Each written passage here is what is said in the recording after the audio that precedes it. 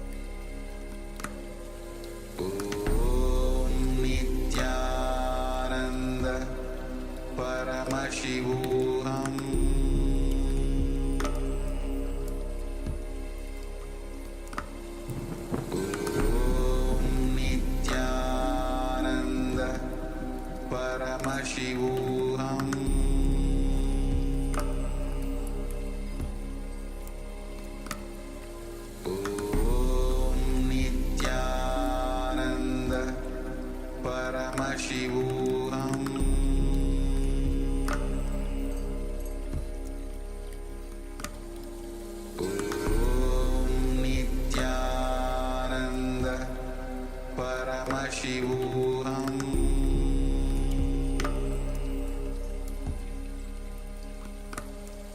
Om Nityananda Paramashivoham.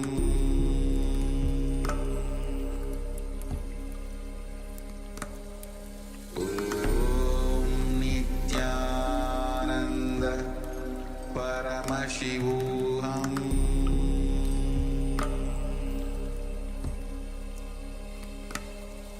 Om Nityananda Paramashivoham.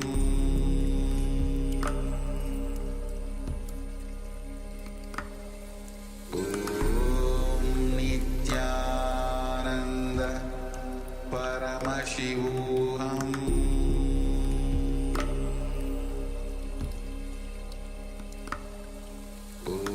Om Nityananda Paramashivoham.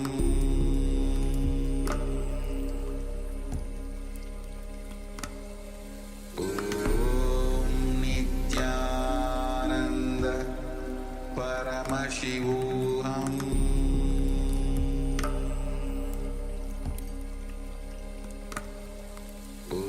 Om Nityananda Paramashivoham.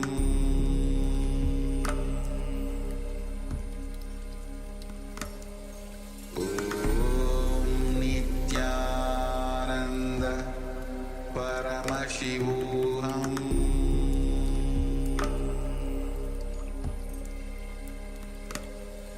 Om Nityananda Paramashivoham. Om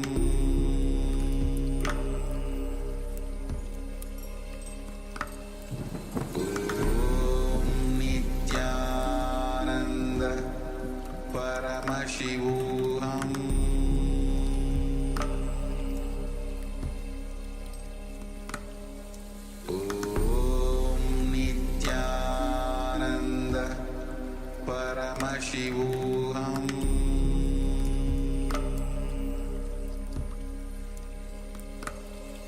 Om Nityananda Paramashivoham.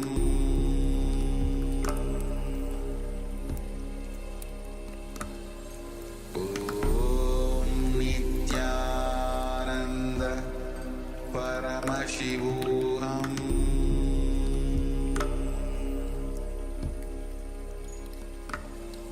Om Nityananda Paramashivoham.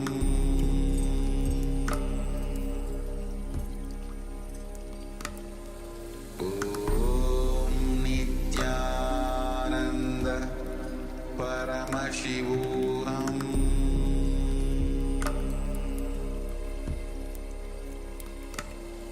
Om Nityananda Paramashivoham.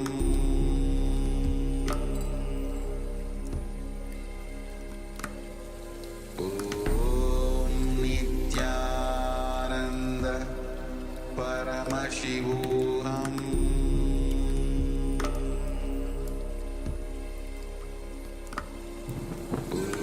Om Nityananda Paramashivoham.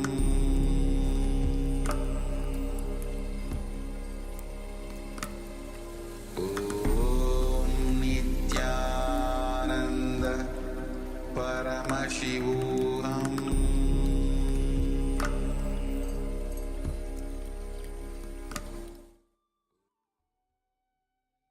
Now slowly, very slowly, you can open your eyes. You can remove your eye bands if you have put your eye bands. And with this, let's start sharing what was revealed to you. Understand, even a single word that was revealed to you, or the whole paragraph was revealed to you, or the whole content itself was revealed to you, or even the essence of what was there in the page that was revealed to you.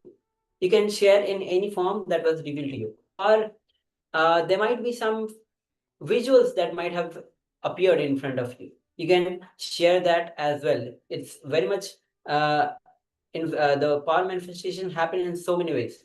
The object or the visuals that you had might be related to the what we have, the content of the page. So without any hesitation, let's go ahead and start sharing.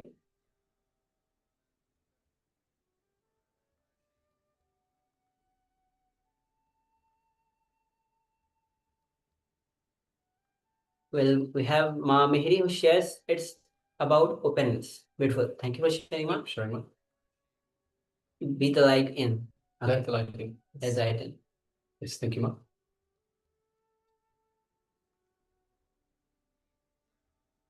Just waiting few moments as we receive other sharings. Also requesting everyone, please be available in the camera. Please switch on your cameras. Ma Skandamata, Ma Carrie Wang, Ma Sally Chan. Ma Miri also shares about gratitude. Thank you very much. Thank you for sharing, Ma. Ma Nesra Gunya, Ma Natana Priya. Ma Sal Chen, Ma Wei Bing Shu. So everyone that is with us that has been taking part in this power manifestation, please take a moment to share with us what was revealed to you for this power manifestation. So any details that was revealed to you in terms of the topic, in terms of what was in the page that we displayed for you. So shortly we'll be displaying the page once again, and we'll be reading from that page. So, all right, so if you're still sharing, please continue to do so. Let us bring back the page once again, and we'll be reading along with you from this page. So it starts at the top with Om Nityanandeshwara Paramashiva Smarambham Nityanandeshwari Paramashiva Shakti Madhyamam Asmatacharya Paryantam Vande Guru Paramparam. And then continues, I welcome you all with my love and respect. So this is clearly Swamiji speaking. I welcome you all with my love and respect. I welcome all the participants of Paramashivoham sitting with us in Adi Kailash, and all the devotees, disciples sitting with us all over the world through Nityananda TV and two-way video conferencing having Nayana Diksha. I welcome all of you with my love and respect. With the grace and blessings of Paramashiva, today we'll be celebrating the anniversary of Adi Kailash. Adi Kailash foundation stone was laid on Deepavali Day 2002. And of course, again, Adi Kailash is also revival because the temple existed before in this birth I arrived. So it is again revival. This birth I revived. 2002, November, Deepavali Day, foundation stone was laid, and January 1st, 2003, Adi Kailash was inaugurated, open for public. And from that day till now, 16 years over, 17th year entering Adi Kailash, now how it was then and how it is, and still hosting the world's largest spiritual happenings. Great. And it is going to expand, expand, expand.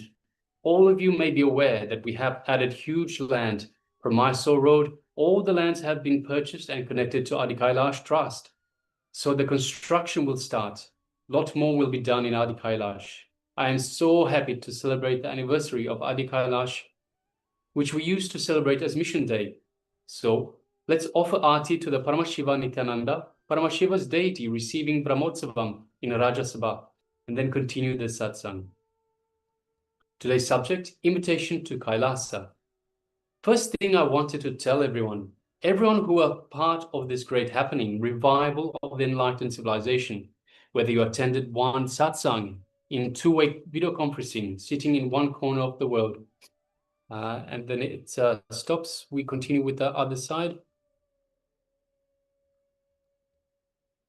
Continue with on the other side, we have, my mother is the oldest Adinavasi we have. Whether you have contributed 1 penny or you have contributed millions of dollars or huge properties, everything knowingly, unknowingly, whoever has done this great work, Paramashiva has ordained me and taken up through this being. I wanted to offer my humble gratitude to all of you, to everyone who are part of this great Paramashiva Leela, revival of this enlightened civilization. Understand, Kailasa has two components. One, revival of enlightened civilization, and revival of the Hindu nation.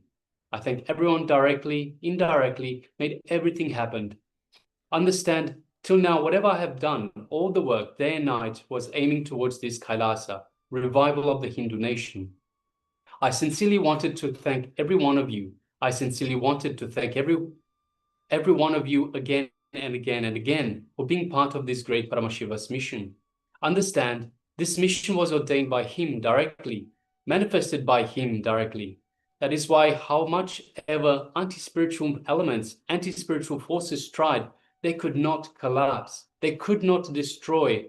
Paramashiva is, Paramashiva was, is, will be doing what he has to do to revive enlightened civilization, and revives this Hindu nation, Kailasa, through this being, through this body, through this being.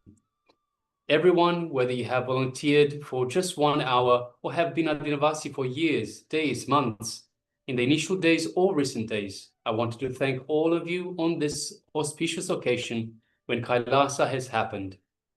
Understand, what for Paramashiva manifested as this being is really happening. I can say that. Today morning, some of my sannyasis is telling Swamiji, your face is shining too much, more than unusual, something extraordinary? Guys don't know. It's a joy of success when, whatever is said and done, Mother knows she, okay, and the text is ended here. So that was the text that we had. So it is about Adi Kailash, about the foundation, about the revival of Adi Kailash and the laying of the foundation stone, and of course, expansion of Adi Kailash and everything that Adi Kailash stands for. And Swamiji personally thanking every single one of us, everyone who has taken part, who has contributed, whether a small bit or a lot, towards this this great unveiling, this great revival of Adi Kailash. Well, we have some sharings. Miri shares, it is about openness, let the light in, about gratitude. So there's one paragraph where Swamiji himself shares that I wanted to offer my humble gratitude to all of you. Where so Swamiji is to everyone who are part of this great Paramashiva Leela. So Swamiji himself offers a gratitude, so for sure, and that's about openness. So this is all about the revival of the enlightened civilization itself. So it's open for everyone, open the whole effort of oneness to revive this enlightened civilization. So it's very much connected, and let the light in, for sure. Thank you. Thank you for sharing and manifesting this power. Yes, and letting the light in. We are talking about Paramashiva reigniting the enlightened civilization. It's definitely letting the light in, Ma. So everything was spot on. So yes, congratulations, Mom, well done. We also have Manstra Gunnar says it's about enlightenment. Yes, very much so. When Swamiji said, if you miss an enlightened person, you are full Katana consciousness, Krishna consciousness. Okay, yes, Ma. So it is definitely about enlightenment in terms of Paramashiva's Leela, about Adi Kailash, about bringing through this enlightened Hindu civilization, about bringing spirituality, making Adi Kailash the center of this spiritual revolution once again. So it's very much to do with enlightenment. So yes, thank you very much for sharing and congratulations for manifesting. All right. So with this, we'll be now entering into the next revelation of Swamiji, which is going to be on how Guru transforms your whole life. So let's come to the space of listening and let's enter into this revelation of Swamiji, which is understanding that how when Guru enters into your life, he just showers and transforms you. Yes. I welcome you all with my love and respects. Master, the Master Surgeon. Master is a person who removes the ultimate cancerous tumor which happens to us, which I call ego. Ego is the ultimate cancerous tumor which happens to our being. Master is the person who does surgery on that ultimate cancerous tumor. He never allows you to stuck or be comfortable with anything less than enlightened state. Usually, not only in the normal level, even when we start progressing spiritually, after some time, in some layers we get caught, we get stuck, we don't move further. Somewhere we will be caught, stuck, and we will not even know that we are stuck. In all these kind of situations, in all these kind of moments, again and again and again, Master helps us to awaken, or he pushes us. Go ahead. Don't stop. Go ahead. He is really a master surgeon. He transforms the whole life. Of course, whenever surgeon comes with a knife, we always feel he is going to cut us. He is going to hurt us. He is going to disturb us. But the knife of a surgeon is not for killing, it is for healing. It is not for killing, it is for healing. In the India, they worship the gods with a big knife, sword, and all those weapons. People always ask me, why do you worship the gods with a big sword? Why do you worship gods with a big knife in their hand? Why gods need all these weapons? I tell them it is a symbol. Symbolically they represent that they are surgeons. They are going to straight away cut your ego. They are going to straight away remove the cancerous tumor. It's a metaphysical representation that they are the master surgeons.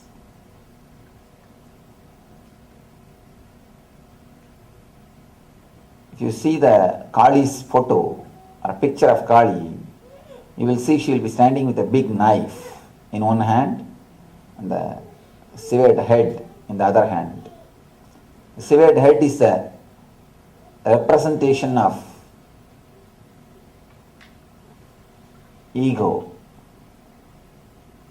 The sword is the representation of knowledge or wisdom.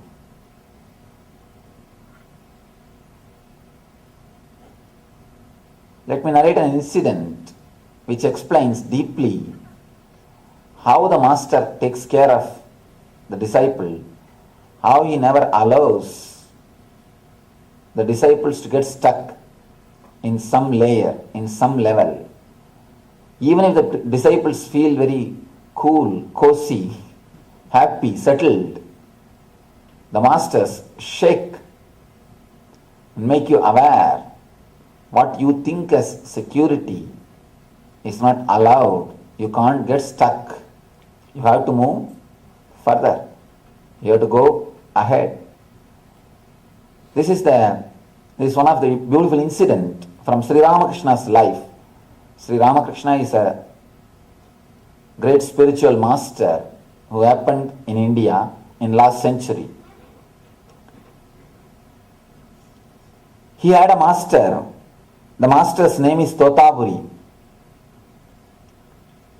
Ramakrishna used to worship the form of goddess Kali. He used to meditate on a particular form. He had the darshan of that form. He used to live happily with that form. He was just living his life beautifully, happily with that form. Suddenly one day appeared new person, very elderly man, old monk, Totapuri. He said, don't meditate on the form, go beyond the form. Of course, naturally the Ramakrishna was shaken. He said, why? The form is so beautiful. I am so happy with it. I feel my whole life is this goddess Kali. I feel I am totally connected to her. Why should I go beyond this form? What is wrong with the form? Totaburi says, no. No form is eternal. Forms are always ephemeral.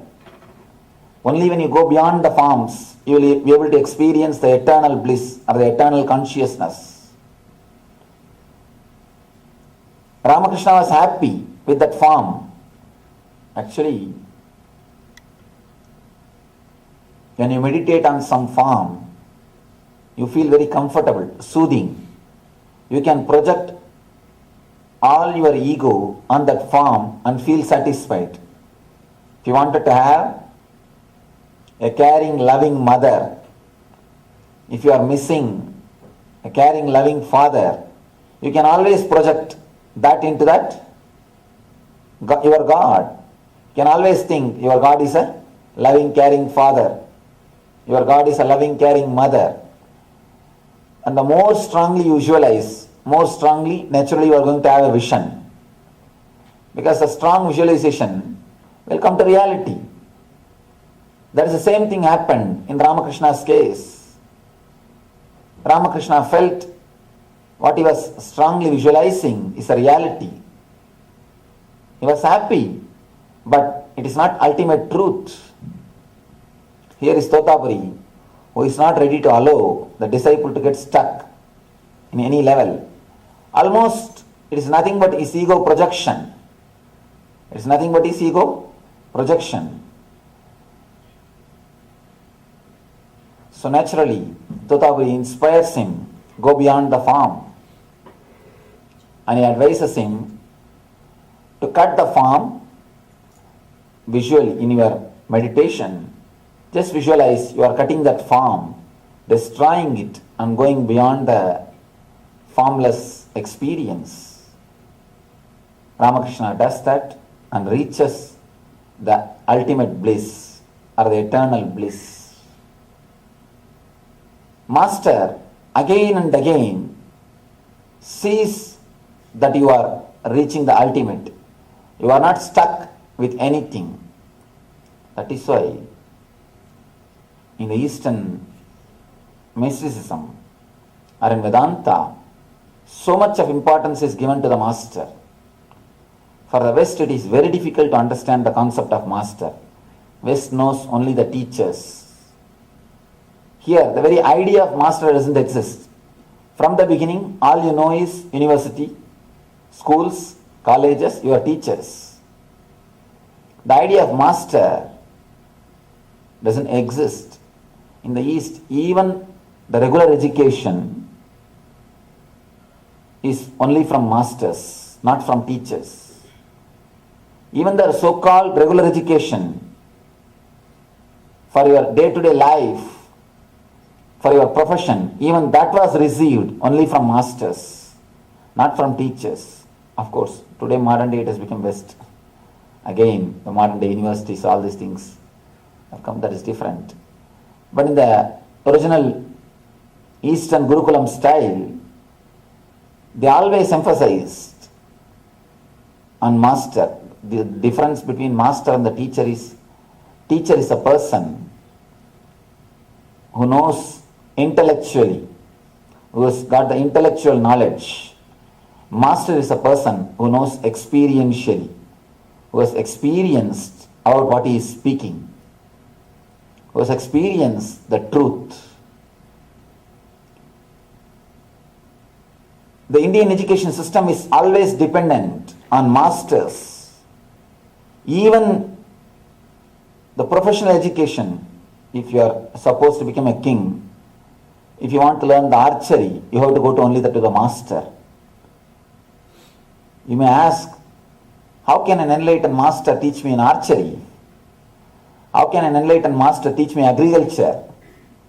What do enlightened persons know about the agriculture or about the archery?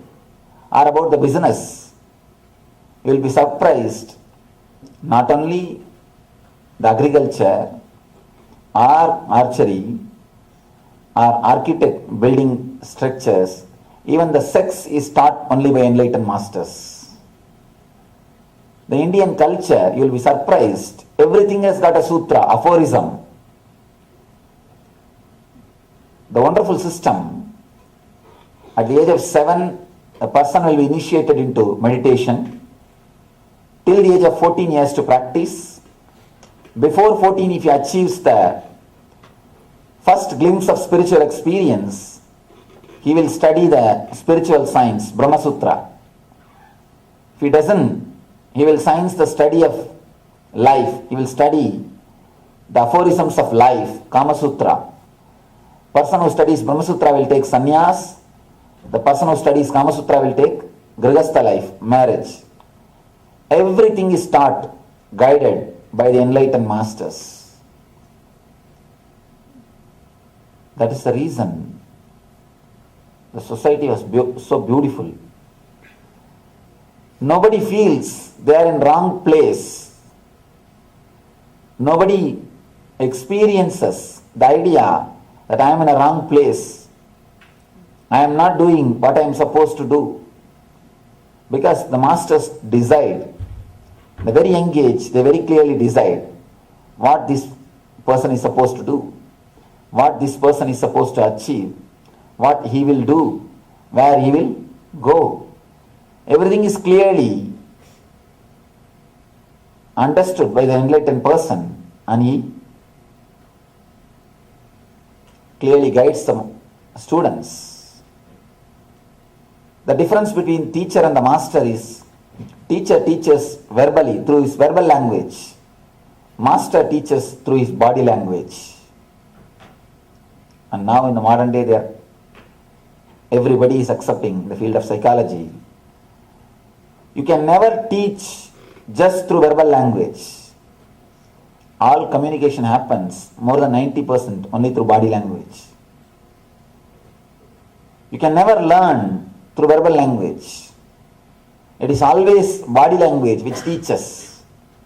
I have seen people, how many video discourses they may see, DVDs they may see, but they don't understand unless they come and sit in front. When they come and sit in front, one discourse is enough to transform them. If they sit and watch the TV, the DVD, the recorded discourses, how many they may watch, but never the transformation happens. Transformation never happens. For transformation, the direct touch is necessary. Master is the person who can give the direct touch, who can radiate the presence, who can teach through body language. It is not even teaching, it's like awakening. He just awakens you by his presence, by his space. He creates such a wonderful space in which automatically you are awakened. Beautiful story from Vivekananda, a great enlightened master. Let me narrate that story. That will give you an idea how Master awakens the disciple just by his presence.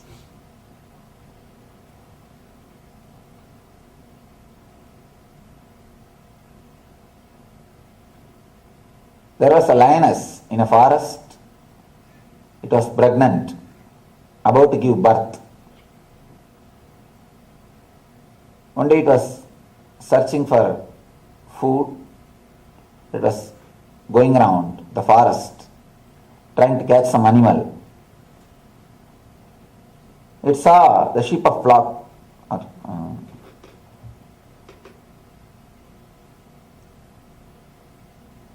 and jumped, and it was trying to attack. It just gave birth to a lion and died there itself, because the jumping is too much. It was not able to manage or maintain. Gave birth to a lion and died. The cub was left orphan. Nobody was there to attend.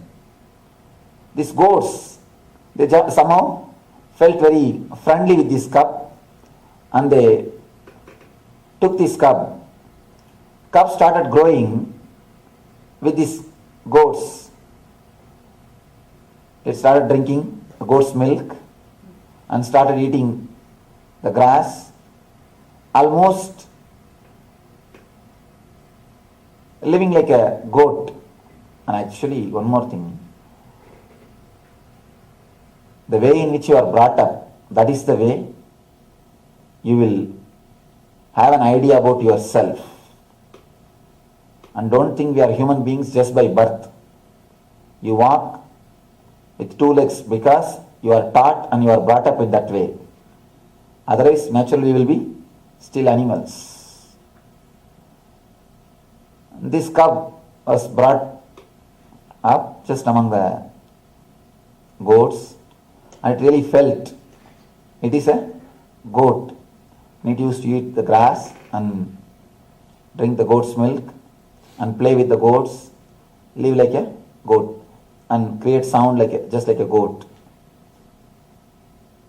After a few years, one day, one lion was again attacking that same group, and it saw a cub along with the goats, and it just attacked that cub, brought the cub out of the group. Cub started shouting, leave me, don't kill me, don't kill me. Lion said, don't worry, I won't kill you, you are not a goat. Cub said, don't tell me all these things. Don't kill me, just give me that assurance that you will not kill me. Lion said, don't worry, I will not kill you. It just left. The cub ran, and his cub escaped and ran. Next day again, lion attacked the same group. Again it attacked the same cub and brought it out. Again the cub started shouting, crying, oh, don't kill me, leave me. Lion said, don't you understand? I am not catching you to kill you. Understand, you are not a goat, you are a lion. Again the cub started crying, no, I am lion, I am goat only. Don't kill me. Anyhow, lion tried its best to convince the cub. Cub is not ready to get convinced. Lion left the cub. All right, go. Third day, slowly the cub started feeling somehow connected with the lion. It started remembering the lion again and again. Why should he catch me? Twice he caught me. He could have killed me. He's not killing, or he's not ready to eat me. Why he should again and again catch me? And again he's advising me I am a lion. Why should you do that? He started contemplating on the lion. Something of that lion, some quality of that lion started attracting him. In the heart, without his knowledge, unconsciously, he started contemplating on the lion. Third day, when the flock crossed that area, the cub stood and watched whether the lion is coming or not. Fourth day, the cub started waiting in that same area to have a glimpse of lion. Now lion appeared again, came near the cub. This time it doesn't have to catch the cub. Cub just stood. Cub started trusting the lion. Just stood. Lion said, how are you? How you are doing? After a few words, lion called the cub. Why don't you come and spend some time with me? The moment cub heard this word, got frightened. You can see and spend few minutes, but he is not courageous enough to go with the lion. Again the cub escaped. After a few days, again the cub saw the lion. Now he has got some courage. And not only that, slowly he has developed a little bit attachment towards the lion. This time he brought a little bit of grass to the lion to offer. Sir, why don't you eat this? Lion also has to act as if it is a goat. It has to show to the cub that he is not somebody superior, he is not somebody away, he is not somebody different. So he acted as if he is eating the grass. Now slowly the cub has started trusting the lion. Now lion started acting. Instead of telling the cub that you are the lion, lion started acting as if it is goat, so that the trust can happen between the cub and lion. Slowly, cub started trusting the lion. One day cub was ready to go with lion to the nearby river, a picnic.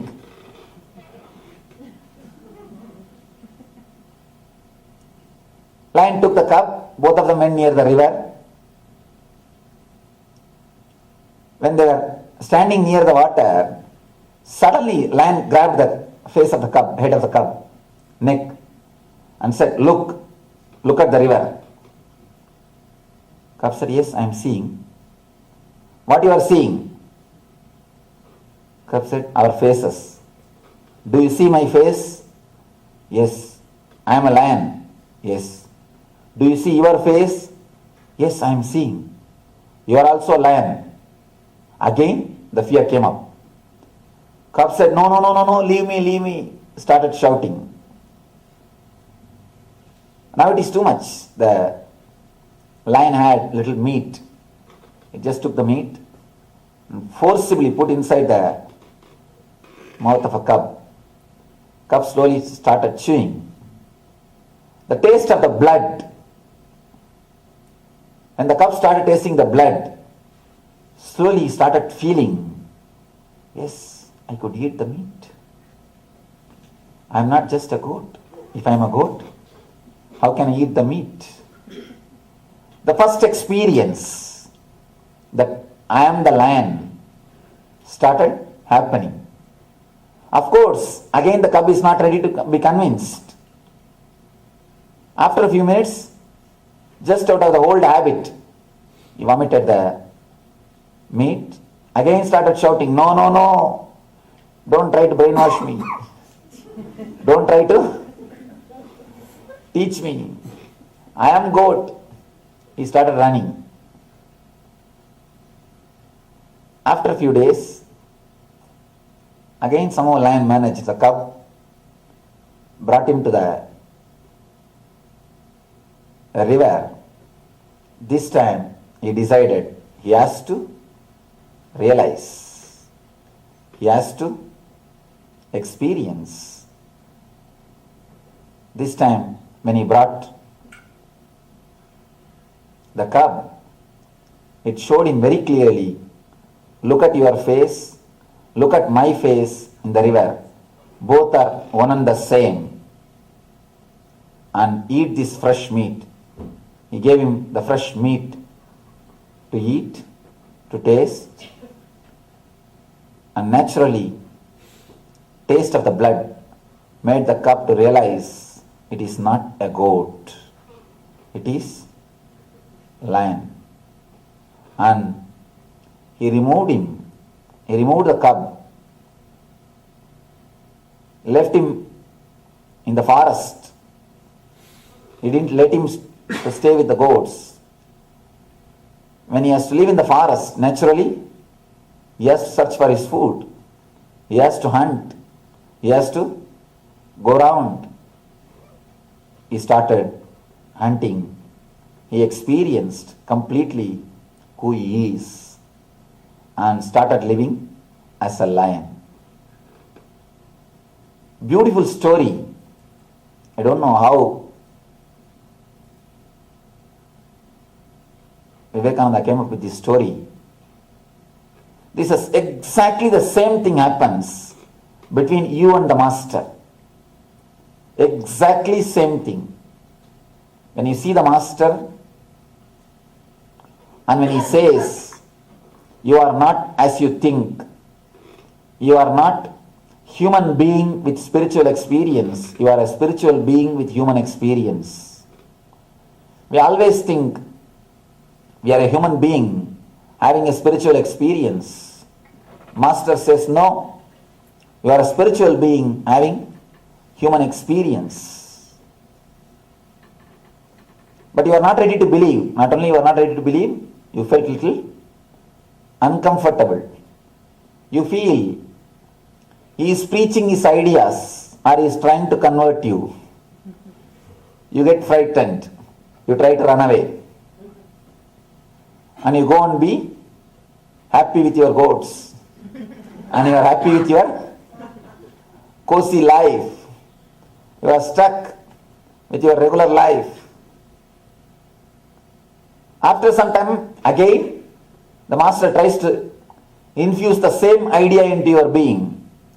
With a little force, he catches you and tries to give you the same idea. This time, you stop resisting, but you are not ready to welcome. You just, okay. But after one or two times, beyond your understanding, your unconscious is slowly attracted. You start remembering him. The charisma or the grace or the energy of the master just pulls you. You start remembering him in the daytime, in the night time, in your dreams. Automatically, he starts appearing in your dreams. Automatically, he becomes part of your being. Even then, you are not ready to accept whatever he says. You only play the game of hide and seek. You go a little front and escape. Somehow, at some time, when you are ready to trust him and go with him, he catches you and says, look at your face, look at my face. Both are one and the same. You are me. Again we get frightened. No, leave me. I am not lion. Then lion tries to act like a goat. Master tries to act as you want. He talks good words as you want, and he behaves almost like child as you want. He allows you to think that he is one among yourself, one among your group. He makes you feel comfortable by giving an idea. He is also a goat. He is also one among your species. Once you feel really comfortable, once you feel you are able to relate with him, once you start trusting him, again he waits for the right chance. The moment he gets the right chance, he grabs you. Again, takes you to the river to show, see your face, see my face. You and me are one and the same.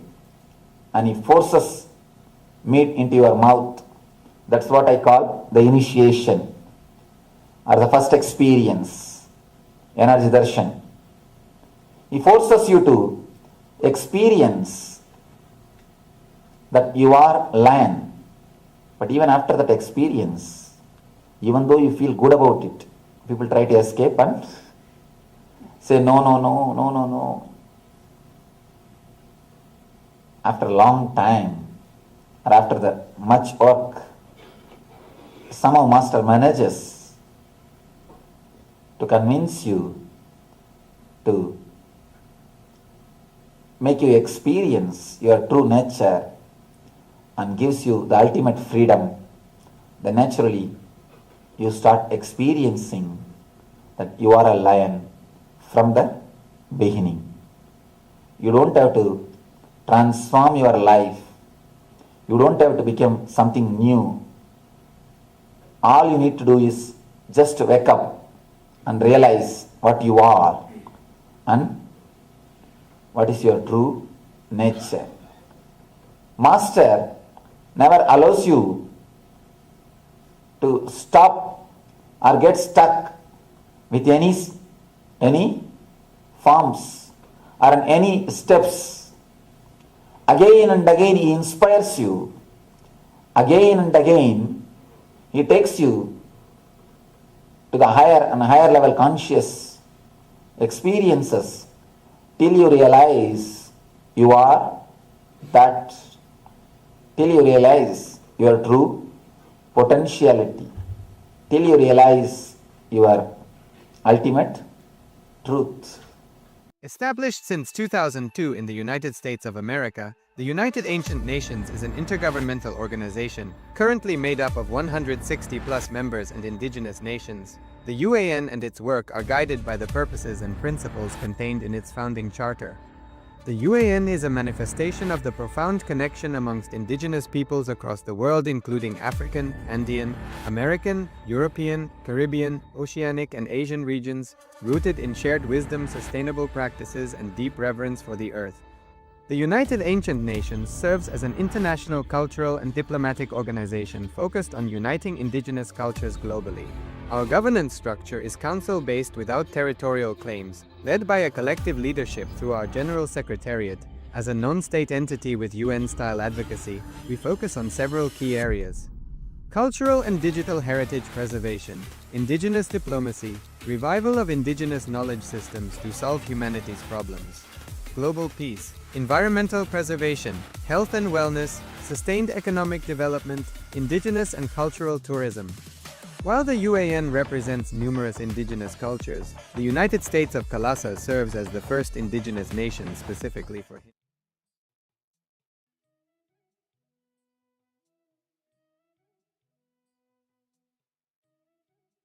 If you know how to be aware of the gaps, silence, you will have my presence.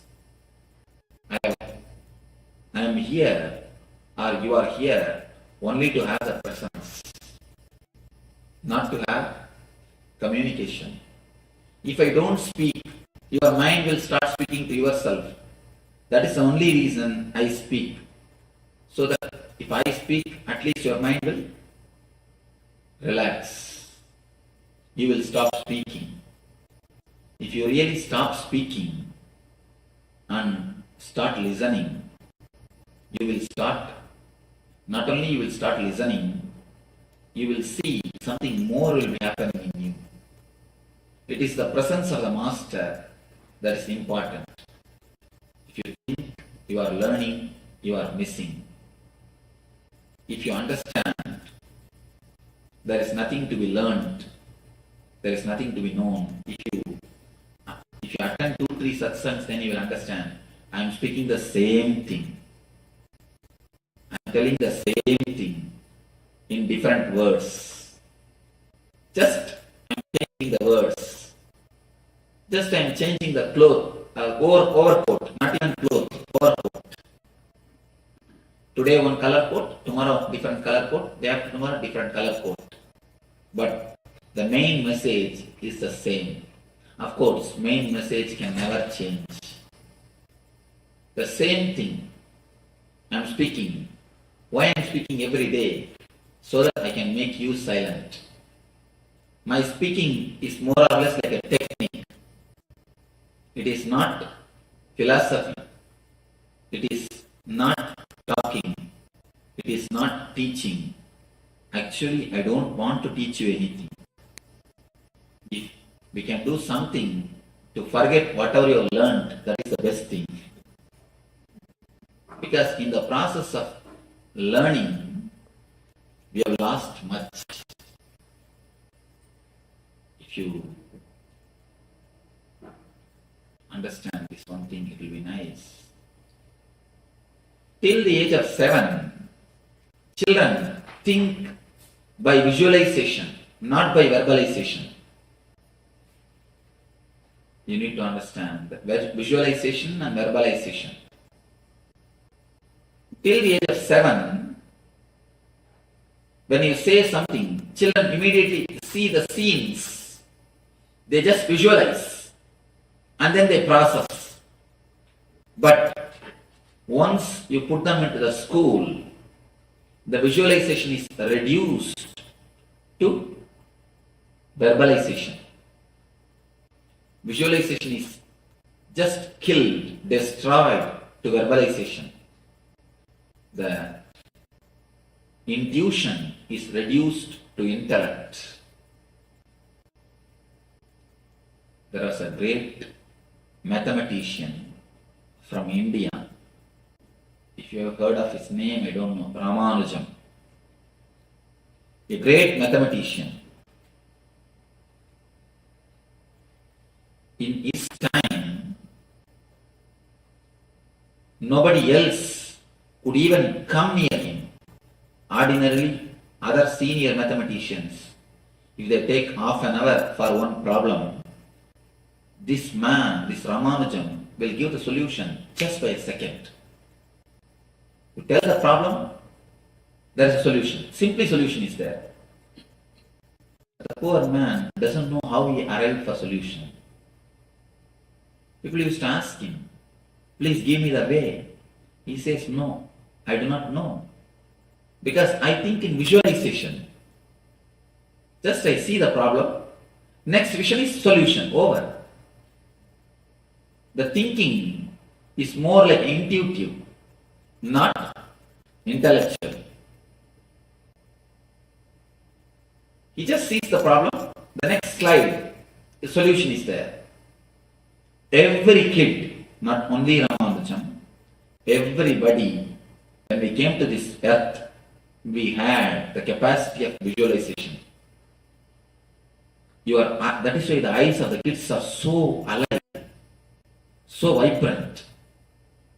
If you look at the eyes of the kids, that's a great meditation. Below the age of 7, if you just look at their eyes, that's a great meditation. That is why they say the eyes are the index of the mind. Not only index of the mind, index of the being. Whatever is inside will be shown by the eyes. We never look into each other's eyes. Why? Even if somebody looks into your eyes, after a few seconds you just turn away. Because you are afraid he may find out what is inside. In the mouth you show a big smile, but inside you think, let me take care of you later on. Not now. Especially when somebody dies, when you go there to inquire, you can always see people have got a line of violence or vengeance inside. In their mouth they will be telling, oh, he has gone, it is too bad, I feel sorry for you. Inside, oh, he has gone, good, let him go. I was thinking how much he was troubling us. It is good that he has gone. You think one thing, you can speak one thing. In words, you can cheat. In words, we can play. We can think one thing, we can say another one thing. But in eyes, you cannot play. In visualization, you cannot play. You cannot play in visualization. Your eyes will show who you are. Your eyes will clearly express what you think. That is why we never let anybody to see our eyes. If somebody looks into your eye deeply, you just turn your eyes. You can find out whether that guy speaks truth or not by looking at his eyes. If he is courageous, then he will again look at he will just gaze your eyes. If he doesn't have enough of courage, you can always see, he will turn his eyes. With kids, they just visualize. They don't verbalize. But when you put them in the school, then whole visualization capacity becomes verbalization. They are taught how to read, how to write by force. At least till the age of 7, kids should not be put in the school. till the age of 7, they should be allowed to learn with the nature. They have their own inbuilt mechanism to learn. They learn from the trees, learn from the nature, learn from the father, learn from the mother. They have their own method to learn. If we let them learn till the age of 7, the visualization will never become verbalization. The capacity to have the intuition will be retained. But when we put them in the school, the visualization turns into verbalization. Then they start thinking in words. The mind starts working with words. With words, you take long time. With words, you take too much of time to come to any solution. That is the difference between Ramanujam and other mathematicians. Ramanujam thought in visualization. The other persons thought in verbalization. The greatness of Ramanujam is he never went to school. Actually, he never went to formal school. So that he could retain his visualization capacity, his innocence. When that visualization becomes verbalization, you can understand, instead of eyes being vibrant, tongue will become vibrant. Then visualization is turned to verbalization. It is almost like a psychological castration. I'm using a strong word, but it is truth. Psychologically, the man is castrated. The being is castrated. Because with visualization, any problem, you will have immediate solution. With verbalization, you have to go through a long process to come to a conclusion. Verbalization belongs to logic. Verbalization belongs to head. It is easy to have, but visualization is difficult to handle. A man who has got a visualizing capacity will have a tremendous freedom. He will be so ecstatic, joyful, you cannot put up with him. That is why, from the time immemorial, all the enlightened masters are poisoned, crucified, thrown, the stones are thrown, they've been thrown out of the country. Start from Shankara, Buddha, Jesus, Krishna, every master. Of course, when the disciples write the history, they try to change. But if you see the truth, you cannot tolerate a more intelligent person among your society or amidst us. We feel too small in front of them. That is why we even reduce the visualization capacity of the kids to verbalization. Once they become just like us, buffaloes, we feel comfortable. Till we make them buffaloes, we don't feel comfortable. No parents feel comfortable with the energy of the kids. They roll this side, that side, do this, do that.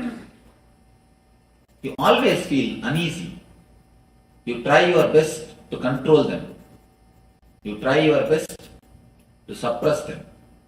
Once you make them silent, dull, dead, just like you, then you feel, now you have your son or your daughter. Visualization is reduced to verbalization. Philosophy is always oriented on verbalization. Mysticism is always oriented on visualization. That is why for meditation you need visualization. For philosophy you need verbalization.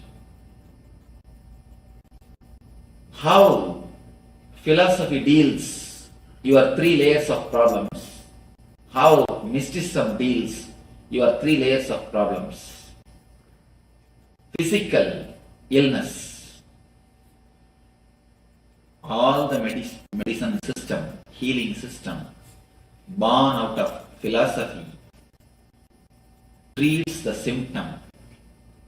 If you have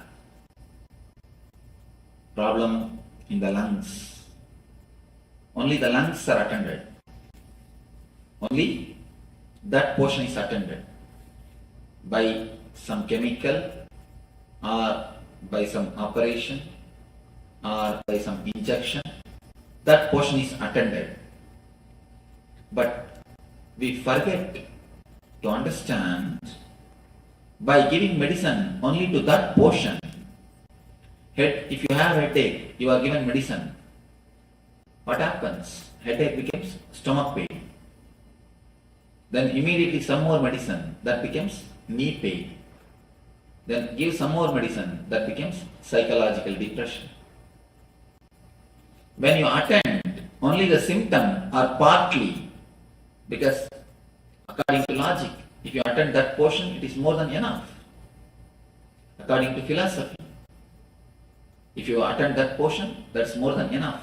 Because philosophy continuously cuts into pieces and analyzes.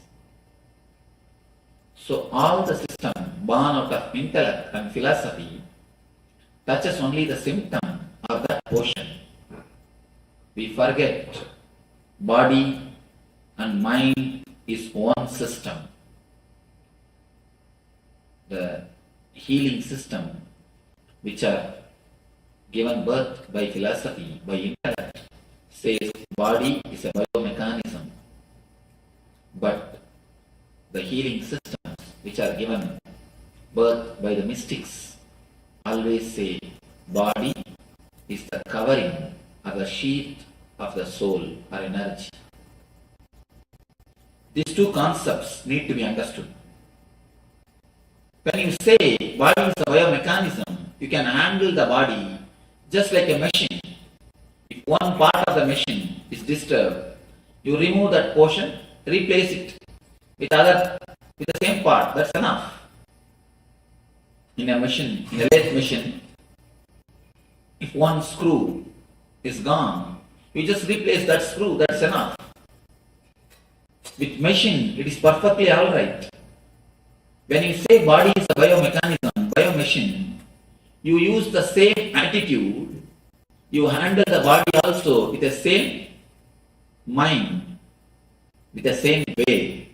But unfortunately, body is not a biomechanism. Body is something more. And according to the philosophical healing systems, logical healing systems, body is separate, mind is separate.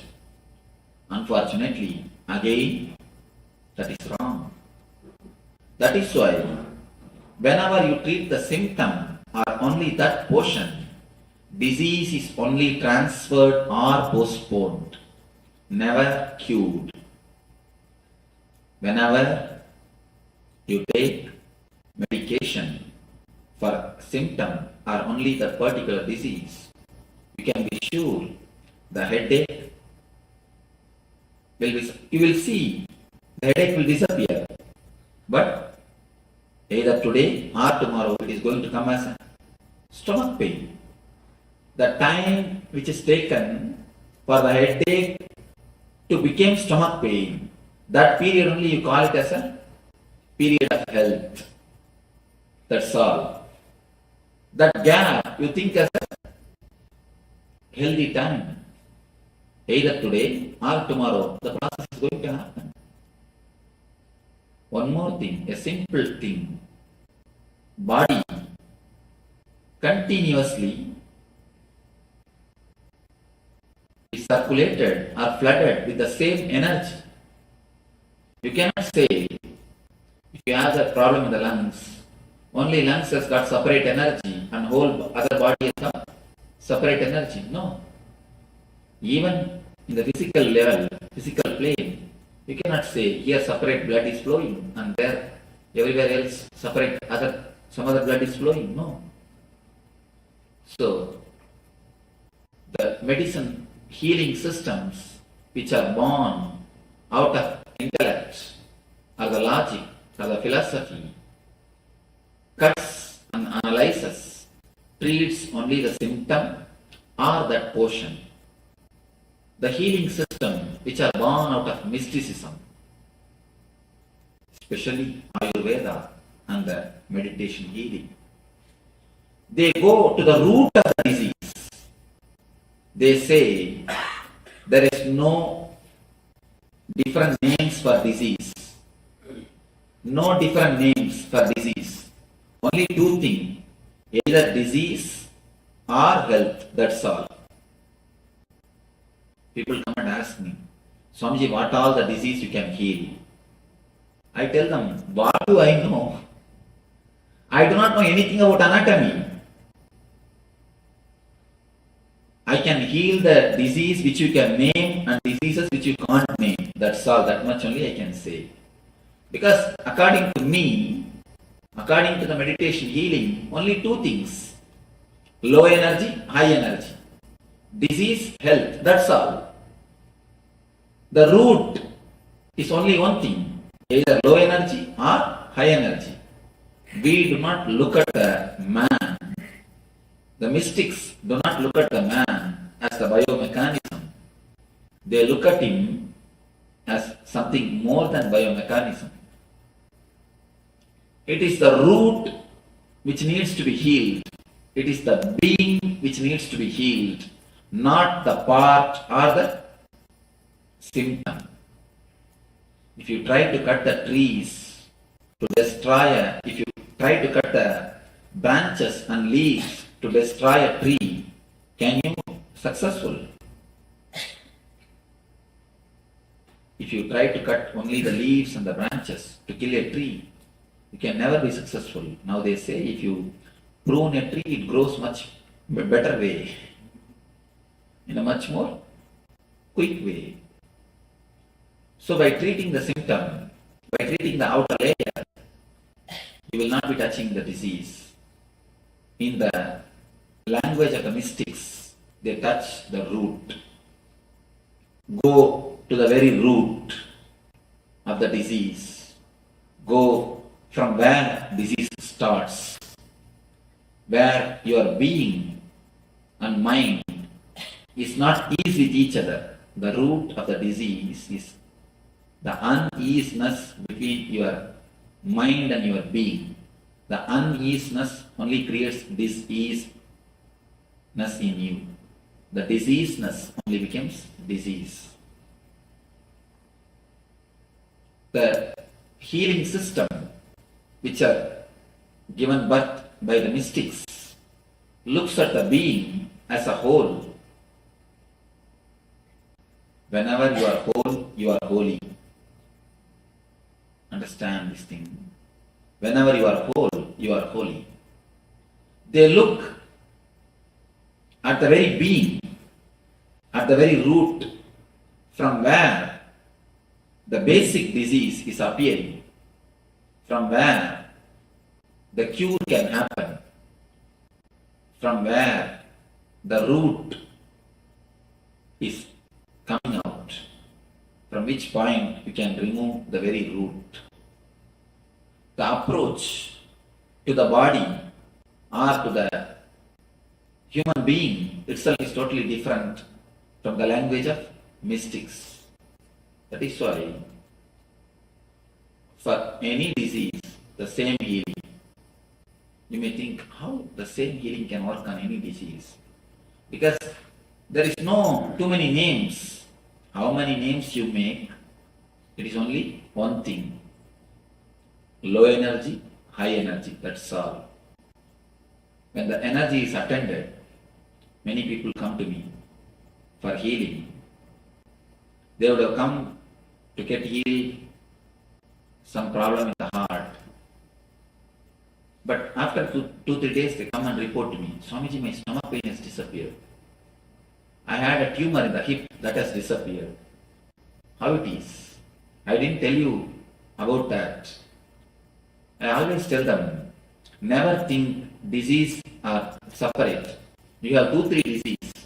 Never think you have 2-3 disease. Disease means it is only one. It is only one. Low energy, that's all. The whole thing can be classified under one category, under one thing. So when you touch the root, you heal the disease. Whenever you touch the symptom or the part, you only transfer or postpone the disease. When you touch the root, only then you heal it, you cure it. So the mystic's approach towards the body has given birth to the Ayurveda and meditation healing. Whenever it is necessary, some chemicals to be supplied from outside, they give the Ayurveda medicine. Whenever it is necessary, some negativity to be removed from inside, they give the meditation. So the meditation and the medication both are the root of holistic idea or holiness, wholeness. The mystics look at the mind, look at the man in a different way. Philosophers look at the body, look at the mind in a different way. Next, in the mental level, the level of education or information, how the mind is looked by the philosophers. According to philosophy, you are a matured man if you know the informations. According to philosophy, you are a man who has got your own position or social status if you know the facts and figures. You don't need to do anything more. Just a fact is more than enough. Just figures are more than enough. Just if your mind is alive, active, if your mind has got enough of information, that is enough. That is why all the schools, all the universities, all the mental education centers, mental training centers created by philosophers, created by logicians, helps you to improve your concentration. They speak only on concentration. They speak only on collecting information. They speak only on processing the information. Collecting and processing the information, nothing else. If you know that, that is more than enough. That is why all the schools, universities, they train only on the facts and informations. They make your head too big. Your whole energy is just sucked by the head. And you should know a fact. Just a few months ago I read in a poll survey. In every university, when a person leaves the university with a gold medal, especially gold medalist, every university, at least some 50 to 60 people leave the university every year with a gold medal. Every department will be having a gold medalist. They took a survey. After 10 years, how the gold medalists are living. What is their life? They say more than 70% of the gold medalists live in a poverty land, in a poverty way, and broken relationship. Their lives are just hell.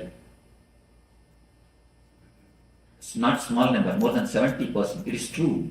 What I am giving you is a fact from a poll survey. I read it in a magazine. More than 70% either they live under the poverty line, below poverty line. And not only that, broken relationship. The life has become just hell. Why? Too much of energy when it is sucked by the head. You do not know how to forget your head. That's the problem. No, really. You can never live with a philosopher. You can never marry and have a good life with a lecturer or a professor.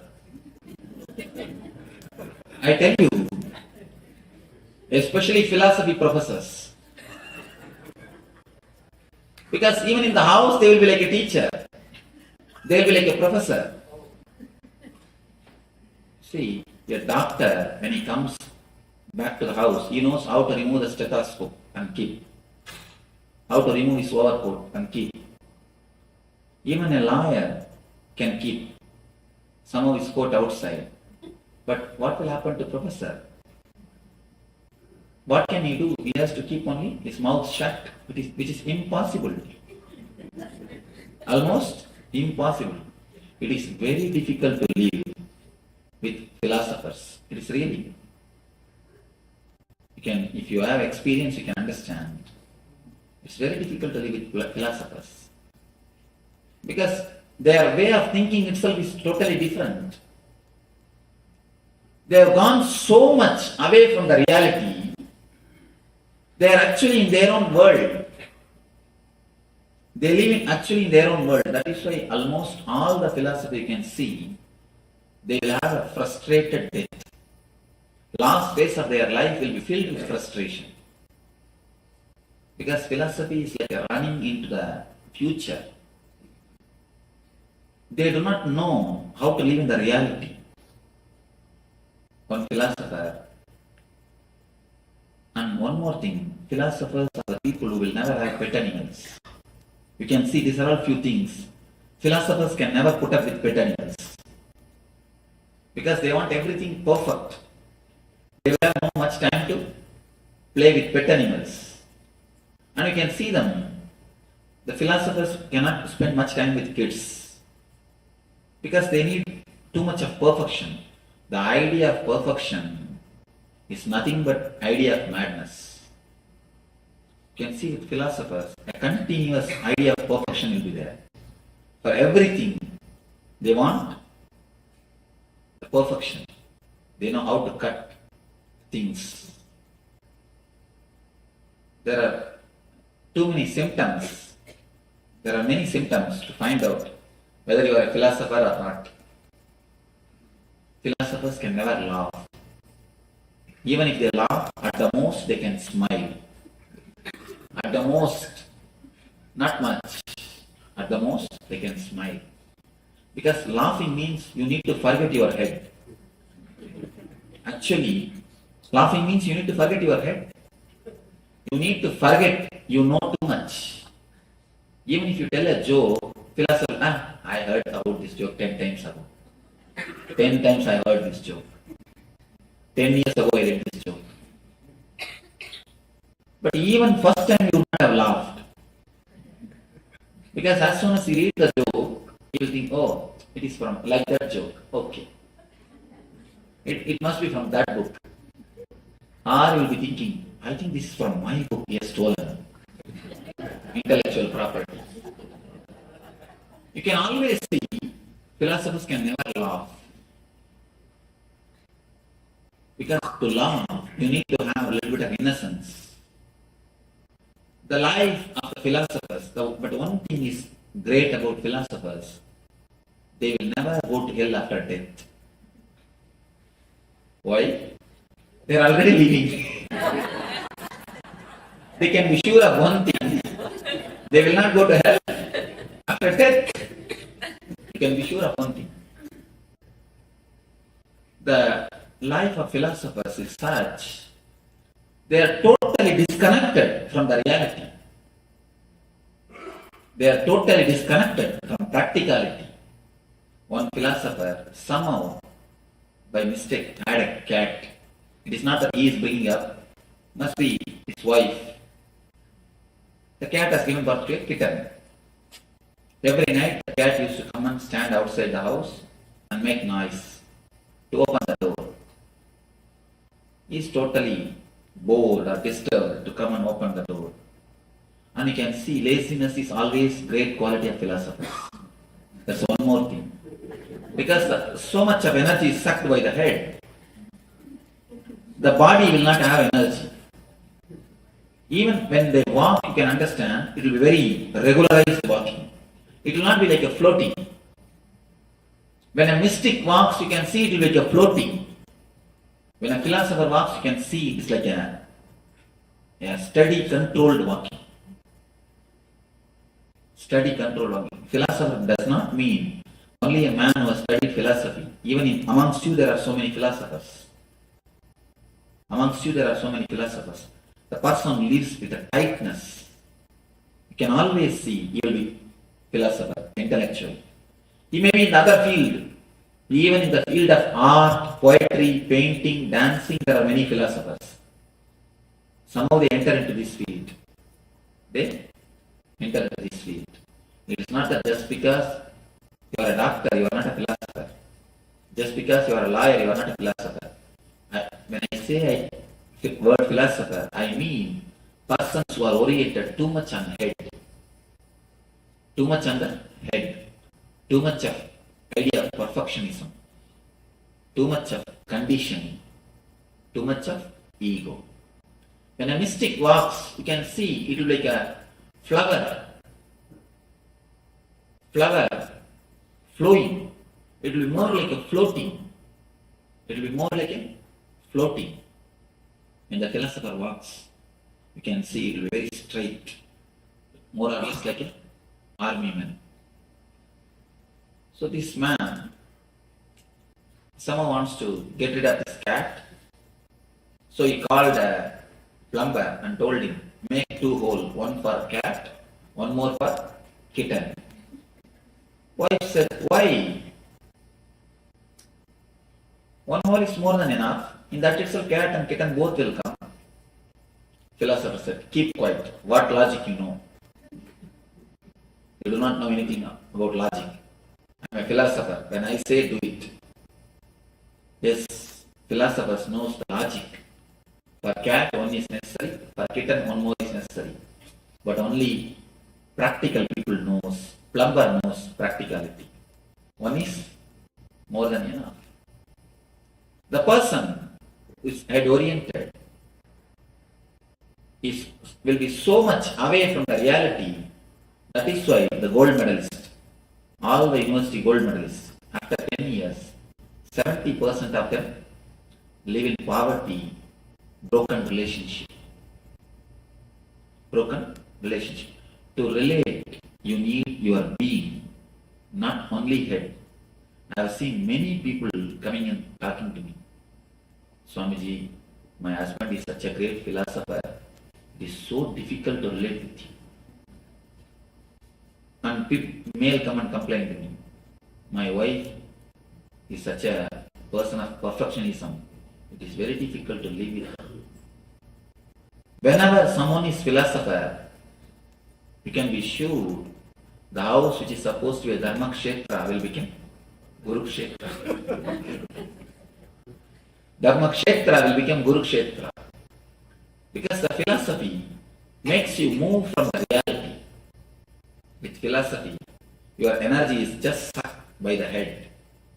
Only head, nothing but head. Just head, head, head. Nothing else but head. With mystics, the training of the mystics, the mystical education centers, ashrams. Ashrams are the mystical education centers. The philosophical education centers are schools and universities. Education centers for mysticism and mysteries, ashrams. Ashrams are the mystics. They always train a man not to make his logic or the head too big. They always teach him how to switch off and on the mind. Here, in philosophy, how to collect more and more information is taught. With mystics, how to switch off and switch on, how to use your mind is taught. Here, how to expand your mind is taught. With mystics, how to use your mind is taught. That is why in philosophy, nothing more than mind exists. The ultimate thing according to philosophy is mind, that's all. But according to mystics, ultimate thing is something beyond mind. They call it spirit or the self. They say there is something more than mind exists. Mind is nothing but one more component of your being. Just like you can handle the body, you will be able to handle the mind also.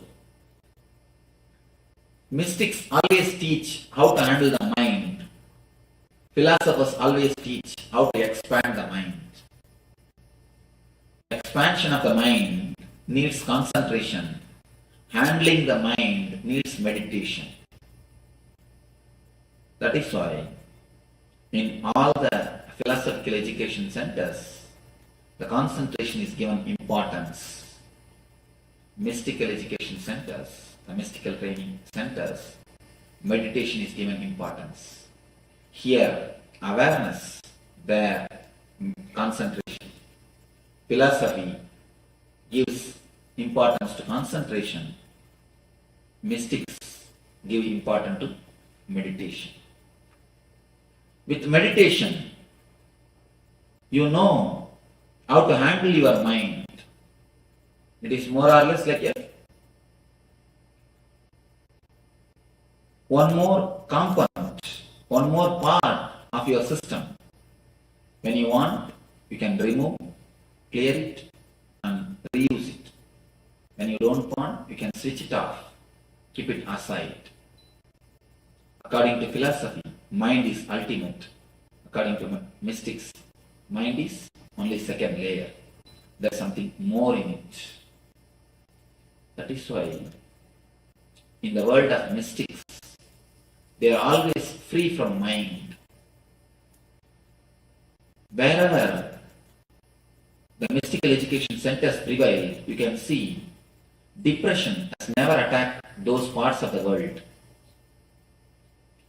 In America, only in 2003, last year alone, 103 million depression medication prescriptions are issued. Only in 2003. I thought 103 million is too much. But one of our devotee who is in San Diego, he is a person who is doing research on this. He gave me the clear research survey. 103 million depression medication prescriptions are issued only in America. Why? Because according to philosophy, mind is everything. You do not know, we do not learn how to handle the mind. We learn only how to expand the mind. It's like a purchasing car without knowing how to use the brake. You got a new big car, got into the car, started driving in a freeway. Finally, you come to your house, but you do not know how to stop the car. What will happen?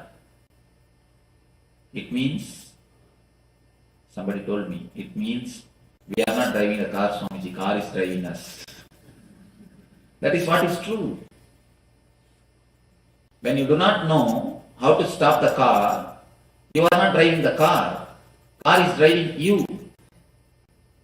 Whenever you expand the mind without knowing how to stop the mind, be sure you are heading towards depression. It is inevitable you are heading towards depression. Depression is nothing. It is just too much of energy is sucked by the head. You do not have any more energy left in your being. So the whole being just falls into low energy. That is what is called depression. Depression is nothing but too much of head. Here, so much of training to expand the head, expand the intellect is given, but they forgot a major thing. A very major thing. When you purchase a car, you should read the manual how to put the brake.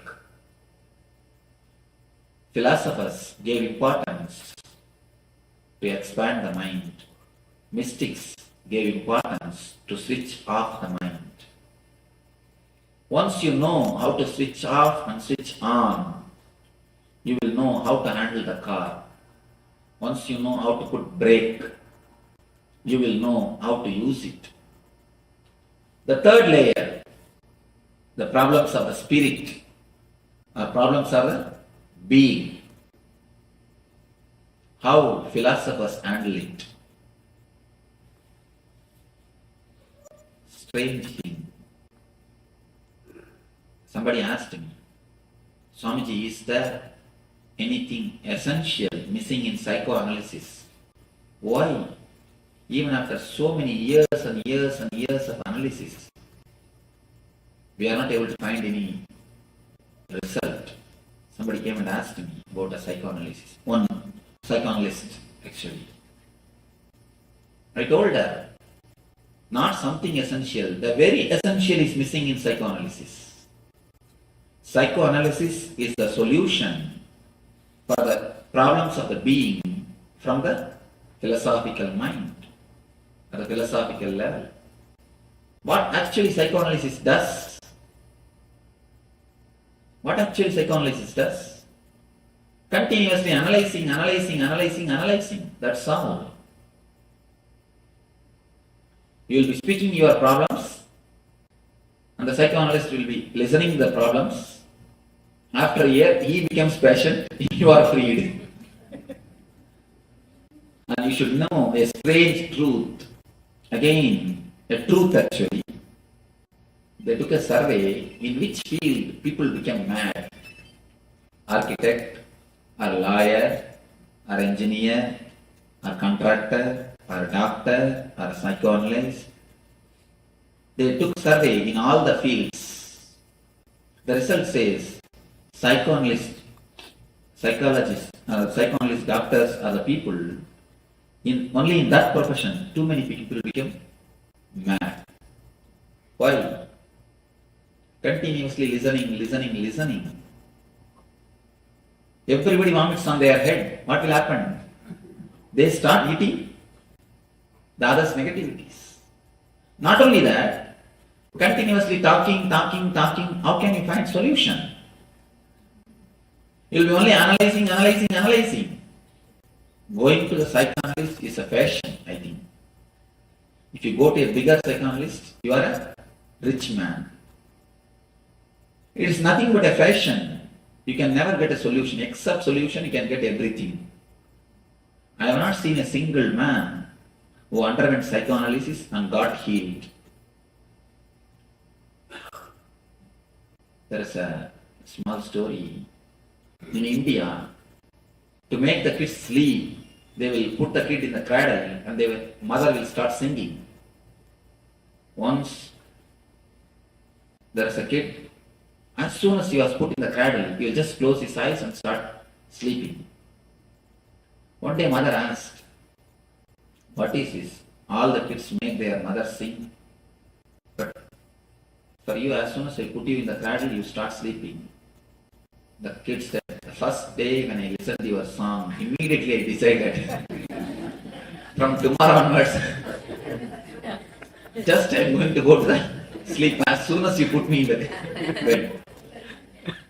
Out of fear of mother singing or being bored, the kid goes to sleep. In that way, in some cases, rarely, out of fear of going to the psychoanalyst and analyst and talking the same thing again and again, you may become alright. You may get well out of the fear of sheer boredom, going to the same person, telling the same problem. I have seen sometimes, and especially the Freudian system, they will have a screen between the patient and the doctor. And you know that sometimes doctors have to attend 2-3 patients. So they record a voice. Yes, tell me. They just record and keep the tape recorder and go away to attend the next patient. No, really it happens. The patient is sitting other side of the screen and telling same thing. And the strange thing is patient also knows there is no doctor at the other side. The other side only, the tape recorder is listening. But just by telling, they feel all right. There is some, at least, they are able to tell. Psychoanalysis is nothing but a place to catharsis. Especially in the modern culture, you have no place to speak out. There is nobody to listen. Everybody is busy. Or everybody wants to speak. Even in your conversation, when you speak with your friends, you listen so that when you speak, he will listen. That's all. When he speaks, immediately you are ready to reply. You are just preparing your conversation. Why you keep quiet? Out of a simple politeness, so that he will listen when you speak. It's more or less like a contract. Please listen when I speak. I will listen when you speak. Otherwise, nobody wants to listen to the others. Everybody wants only to speak. It's more or less like a catharsis. Because so much is there in the head. You do not even know how to switch it off. What to do? You just vomit out. You want somebody on whom you can vomit out. You pay psychoanalyst just to listen to you, nothing else. So that we can continuously vomit. Poor fellow has to sit and listen. If any of you are psychoanalysts, be very clear. Either meditate or mad, that's all. No other way. You have no other option. Either meditation, I saw a board in the road, either pick it or ticket. Somewhere where the parking things are there, pick it or ticket. This is the only choice. Meditate or mad. Nothing else. No other way. Because continuously people are vomiting on you. What will you do? Psychoanalysis is the solution given to the levels of the problems of the beings by the philosophers. But the solution never works. If you are bored, totally, if you are tired of going to the same psychoanalysis, if you yourself decide that I have become alright, then you are alright, that's all. There is no other way of solving it. Enlightenment is the solution for the being level problems by the mystics. Philosophers give the solution of psychoanalysis. Mystics give the solution of enlightenment. Enlightenment means not analyzing, just throwing away. Analyzing your dustbin, is it going to help you? Analyzing your dustbin, is it going to clear you? Analyzing your dustbin is not going to make to solve the issues. If you want to clean your house, if you put everything from the dustbin, start analyzing it. Is it going to clear your house? Is your house is going to become clean? No. Only by throwing the things totally away, merging into the ananda, ecstasy, the problems are going to be solved. Three things. For a physical problem, they make the energy to come from inside. For mental problem, they teach you how to switch it off. For the being level problem, they put you in the ecstasy or the bliss. The solution from the mystics is total. Solutions from philosophers is intellectual. But for the logical mind, if you look superficially, the healing system born out of logical things, feels like good. The education system, born out of logical mind, feels like good.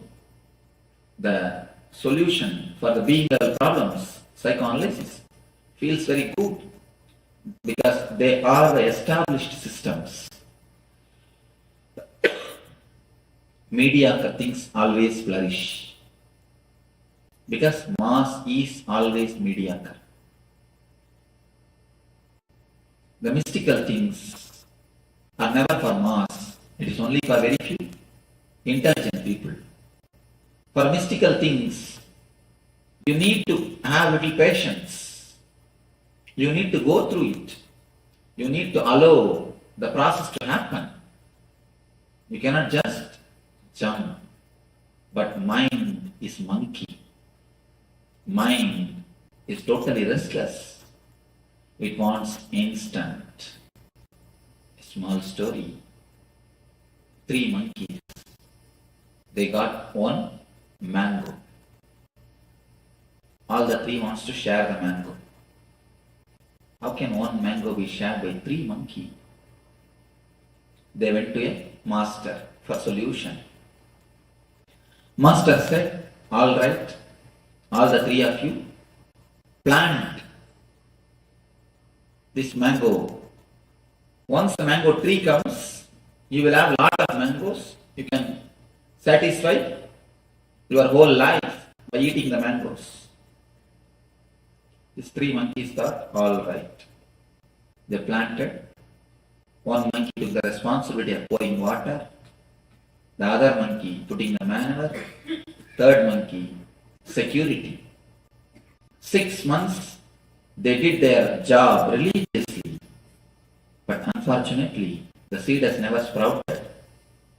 The tree has never happened. They went to the master to complain. What did he teach? What has happened? We have lost even that 1 mango. Why did he give such an idea for us?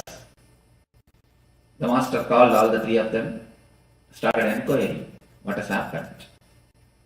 First monkey said, every day religiously I poured water morning 6 o'clock. I stopped even going for a morning walk, but I poured water religiously. Second monkey, every day evening 4 o'clock I put the manure. I stopped even going to the gym. Doing this religiously I did. I do not know what has happened. Third monkey, 24 hours I was standing there as a security. I never even went for my dating. I was there as a security. Not only I was standing there as a security, every day at least once I digged out and saw whether it is sprouted or not. You need to give little space for the mango to sprout. Not only water or the manure, a little bit of space for the mango to sprout. Your very urgency, your very restlessness will not let the mango to sprout. With mystics, you need to give little bit of space, little bit of time to let the meditation work in you, to let their presence work in you. If you want the plastic rose, it will be available ready-made. But if you want the original rose, you need to wait for a few days so that it can flower. If you get from the market cut rose, don't think it's the original rose. When I say original rose, I say the rose with the plant. You need to wait for a few days. So you need to wait. But mind is such, we are not ready to wait. The restlessness, that is why we take the solutions given by philosophers. We take the solutions given by logic mind. When you take the solutions of the logic mind, the philosophy, you solve it only superficially. When you take the solutions given by the mystics, not only you solve it you dissolve it. Your very personality transforms. Your very being undergoes a new alchemy. Man becomes divine. Man just reaches the ultimate flowering. Just you became enlightened. Your consciousness takes a new dimension. You reach a different space. With philosophy, you will be solving your problems every day. With mysticism, you will be dissolving your problems once for all. So, it is up to us to decide philosophy or mysticism. Let you understand this. Let this understanding lead you to be in, become one with the eternal bliss. Let your being be in, one with the eternal bliss. Nityananda. Thank you.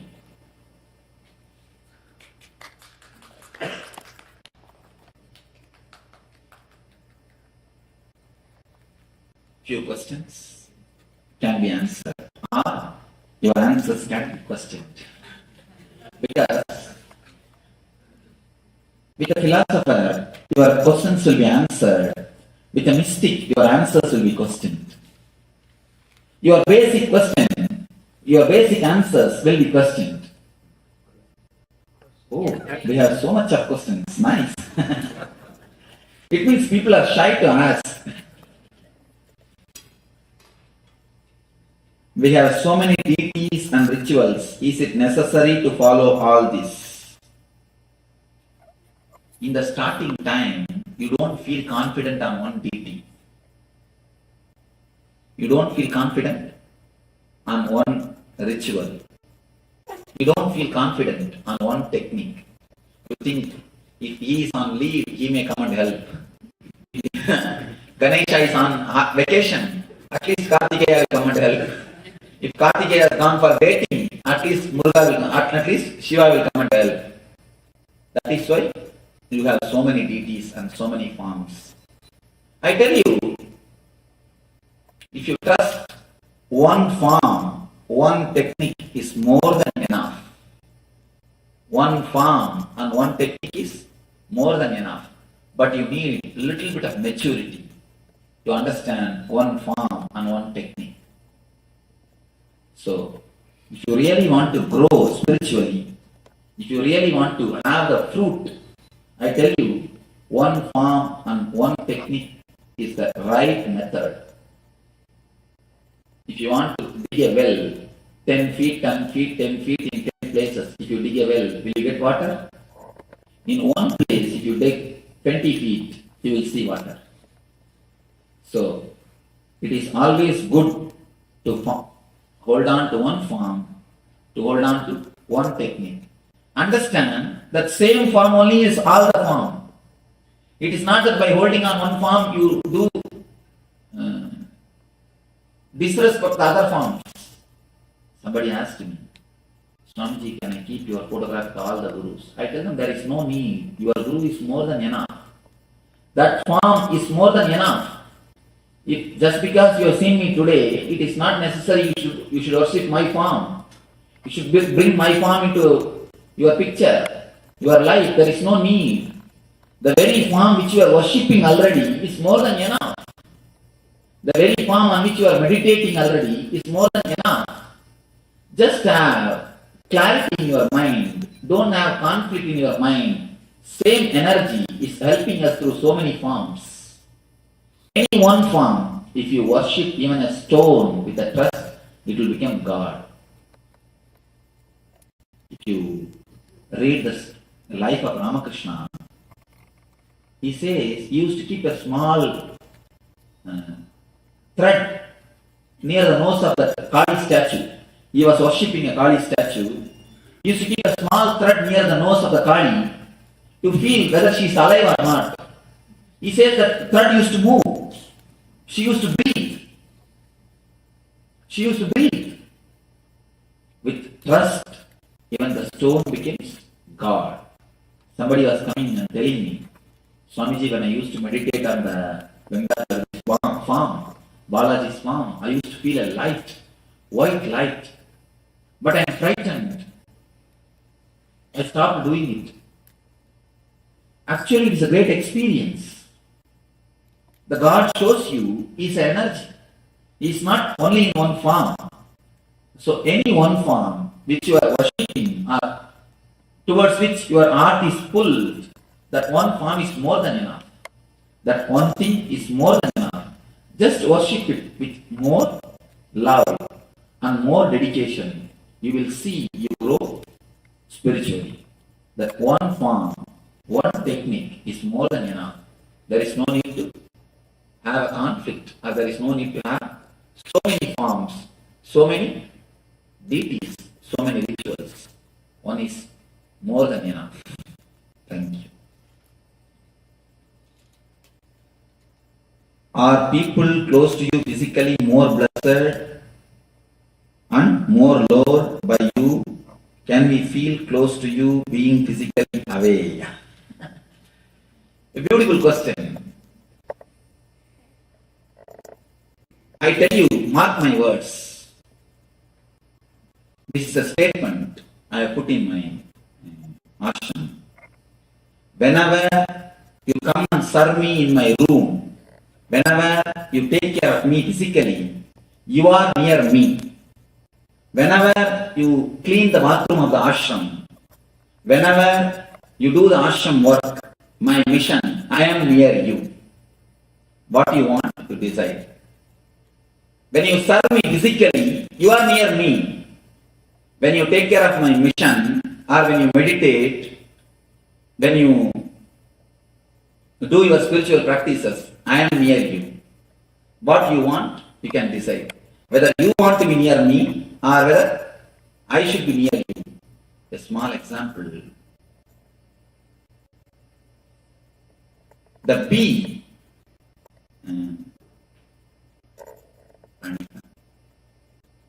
என்ன வார்த்தை?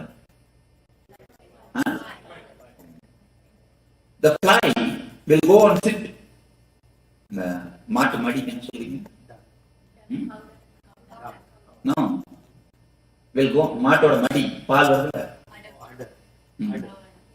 Cow? Udder. The fly or the bee will go and sit in the cow udder, but it will drink only the blood, never the milk. 24 hours the bee will be sitting in the cow udder. It will drink only the blood. But the calf will go near the cow only 10 minutes, but the calf will drink the milk. So physically being near me or being away is no way related to the spirituality or being loved by me. You should understand, in the chariot, somebody has to be a wheel, somebody has to be a flag. If the flag thinks, I am not given the opportunity of being near a wheel, being a wheel, then flag will not understand a small thing. You should understand this. Once the Vishnu, he went to Vaikuntha. He entered, before entering into his room, he left the sandals, his shoes outside the room and went inside the room. Then the conch and the Sangha and Chakra, you can see, the conch and the disc, both of them laughed at the Padri and the sandals, telling, hey, how much you serve the Lord, how much you put your energy to hold the Lord's feet. You see, when he goes to his room, you are left outside. You are away. You are not taken inside. Only we can go to his room. Only we can be with him in his bed. You see, you are there. We are only going with him. You cannot be physically near him. Then the Padri asked the Lord, "Oh Lord, is it true?" Then Vishnu says, by touching the Paduka, people can become enlightened, but never touching the Shankar Chakra. Not only that, Vishnu says, oh, this conch and the this was told like that. First thing, they did not understand the importance. And next thing, they did not understand the truth. So just for this sake, let them take birth as a Bharata and Chatrukna and worship you for 14 years. He cursed them. Stanga and Chakra only took birth as a Bharata and Chatrukna. 14 years they have to worship that Bharata for this one word.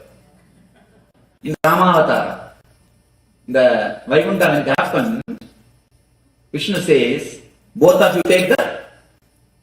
In the next incarnation, let you both take the form of Bharata and Chatrukna and worship the Paduka. And not only that, that is why in Ramavatara, Bharata and Chatrukna has to be away from Rama for 14 years. Only Lakshmana was with him. So never the physical nearness means I accept. You see, I understand one more thing. I have only one body. How many can serve me? There are so many everywhere. And you see, when I am in America, all Indian disciples feel they are missing me. When I am in India, all American disciples feel they are missing me. Physically being near me has nothing to do with the idea that I love you or I don't love you. My love is above the physical presence. And one more thing.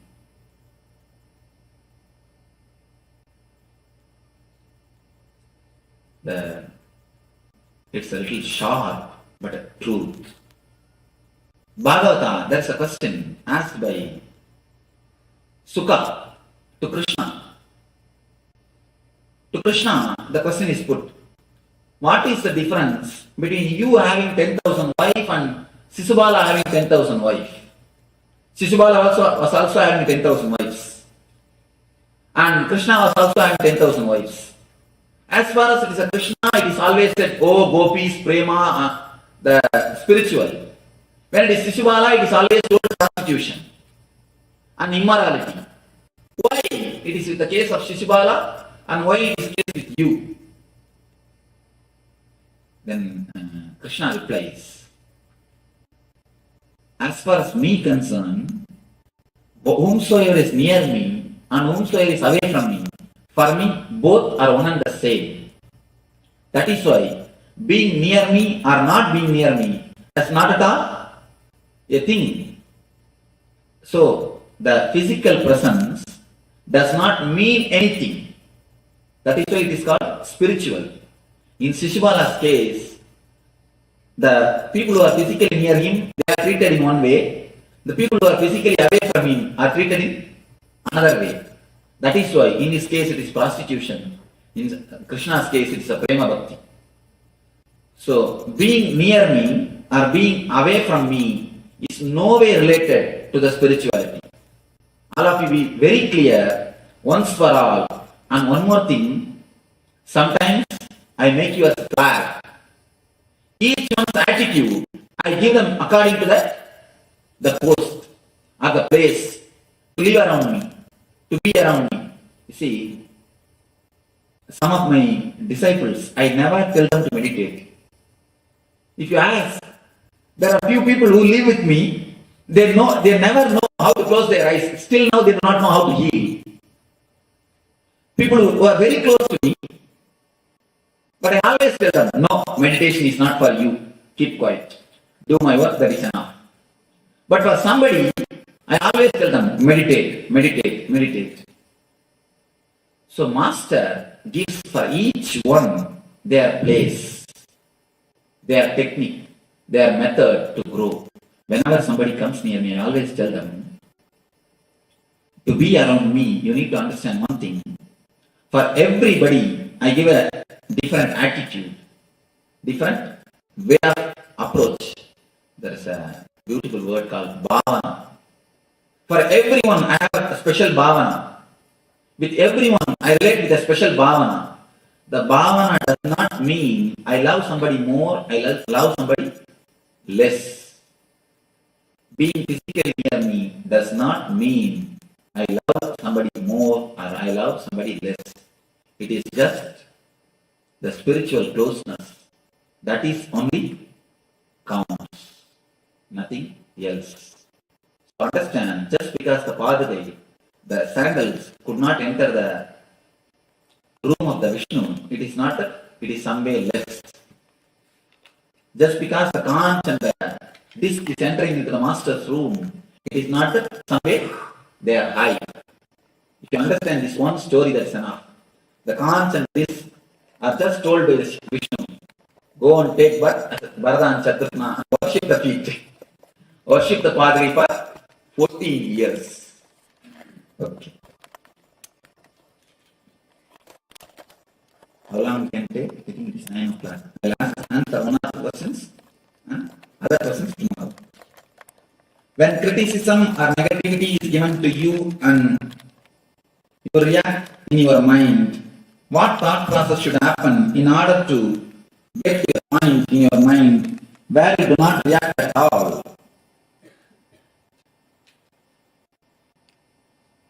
Understand. It is you who choose to get hurt. Criticized. Why are you so much bothered? You do not know about yourself. You don't have self-respect. That is why you are shaken by somebody else's opinion.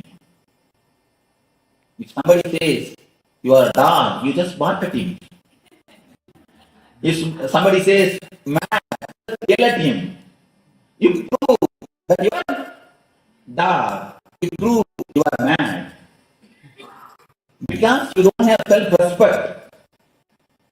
You just give respect for their words. Established since 2002 in the United States of America, the United Ancient Nations is an intergovernmental organization currently made up of 160 plus members and indigenous nations. The UAN and its work are guided by the purposes and principles contained in its founding charter. The UAN is a manifestation of the profound connection amongst indigenous peoples across the world, including African, Andean, American, European, Caribbean, Oceanic, and Asian regions, rooted in shared wisdom, sustainable practices, and deep reverence for the earth. The United Ancient Nations serves as an international cultural and diplomatic organization focused on uniting indigenous cultures globally.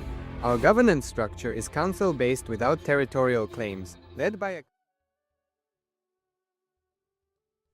So now, after this beautiful revelation of Swamiji, as Swamiji is saying that how the Guru have a different role for everyone, and whether you're near physically present for Swamiji, physically in the presence of physically with Swamiji, or you're doing his work, the way Swamiji, how you what action you perform is of ways how you got involved, but Swamiji is equal for everyone. Swamiji is available for every one of us.